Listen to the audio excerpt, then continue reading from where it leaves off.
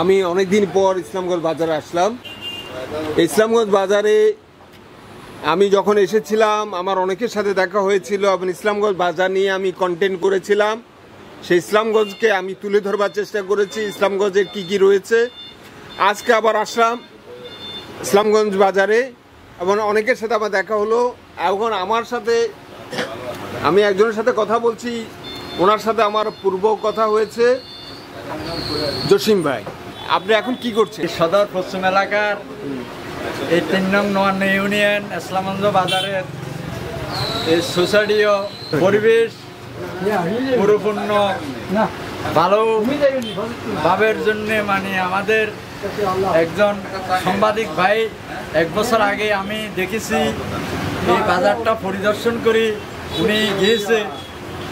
এখন 1 বছর পরে আসি আবার এই বাজারটা উনি দেখার জন্য এই বাজারে ৩ নম্বর ইউনিয়নের ইসলামগঞ্জ বাজারের মধ্যে আবার এই পরিবেশটা দেখার জন্য উনি এসেছে।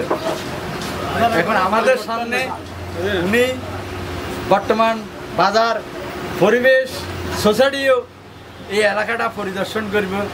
আমার বড় ভাই একজন সাংবাদিক, উনি বর্তমান আমাদের বাজারে অবস্থান করেছে। জসিম ভাই, আপনাকে তো আমি বিভিন্ন জায়গায় দেখি। আমি আগে বড় গাড়ি বড় গাড়ি চালাতেন? হ্যাঁ। এখন বর্তমানে বাড়িতে আছি। আমি বড় গাড়ি কোনটা চালাতেন? আমি বাস চালাইতাম। বাস চালাতেন না? আচ্ছা আচ্ছা। পরে যাই সিএনজি চালাইছি। হ্যাঁ, সিএনজি চালাইতাম। এখন আমি বর্তমান অ্যাক্সিডেন্টে আছি, এই কারণে বাড়িতে বসে আছি। এই যে জসিম ভাই একজন চালক, উনি একটা দুর্ঘটনায় কবলিত হয়েছেন, যার ফলে উনি এখন চালক যে পেশাটা রয়েছে উনি এখন গাড়ি চালান না।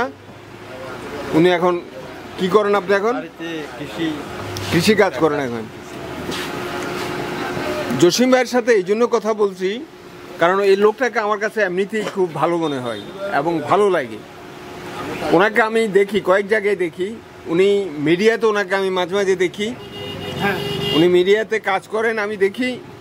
এই যে উনি যে পেশা রয়েছেন সে পেশাতে থেকে এই অবস্থায় থেকে উনি মাঝে মাঝে খুব সউদ্যোগী, মনের তৃপ্তি নিয়েই, অর্থাৎ নিজের যে আগ্রহটা রয়েছে মনের তৃপ্তি নিয়ে কিন্তু উনি লাইভে আসেন, 2-4টা কথা বলেন, আমি দেখি মাঝে মাঝে। তা আমার কাছে এটা এই জন্য বিষয়টি আমার কাছে একটু ব্যতিক্রম মনে হয়েছে যে এই মানুষটি গ্রামে বসবাস করে উনি যেভাবে নিজেকে প্রকাশ করতে চাচ্ছেন সে প্রকাশটা উনি এই বর্তমান যুগের যে মিডিয়ার যুগ, প্রযুক্তির যুগ যেটি, সেই প্রযুক্তির যুগে তিনি সেটি ব্যবহার করতে যাচ্ছেন এবং সেটা করেন উনি। যদিও উনি ওনার মনের কথাগুলো বলেন। এই যে আপনি যে মিডিয়াতে কথা বলেন, আপনি আপনার ভাবনাটা বলেন যে আপনি কেন মিডিয়াতে আসেন? মিডিয়াতে বর্তমান পরিস্থিতি এখন আগের যুগের থেকে এখন মানে উন্নত যুগের দিকে আসছে যে এখন কিন্তু আমরা ওই যুগটা এখন পরিপূর্ণ যুগটা পাইনি, কিন্তু বর্তমান পরিস্থিতিটা অনেক খারাপ দেখতেছি। এখন ভালো একটা পরিস্থিতি দেখি না। ওনাকে আমি ভিডিওতে দেখি, উনি খুব সিরিয়াস কথা বলেন, খুব উনি মানে চেষ্টা করেন গুছিয়ে কথা বলার চেষ্টা করেন এবং খুব সিরিয়াস কথা বলেন। আন্তরিক যে ভালোবাসা, ওই ভালোবাসাটা এখন পাইতে অনেক কষ্ট। আমি ওনাকে এই জন্য ধন্যবাদ জানাচ্ছি যে উনি চেষ্টা করছেন, নিজেকে প্রকাশ করার চেষ্টা করছেন এবং আশপাশের অবস্থাগুলো বলবার চেষ্টা করছেন। এই জন্য ওনাকে ধন্যবাদ জানাচ্ছি, কারণ ওনার যতটুকু সামর্থ্য রয়েছে, যতটুকু ওনার আওতা রয়েছে তার ভিতরে থেকে উনি চেষ্টা করছেন। আপনারা যারা এই ইসলামগঞ্জ বাজারে আপনারা যারা রয়েছেন, আপনারা জসিম ভাইকে তো চিনেন? চিনেন না?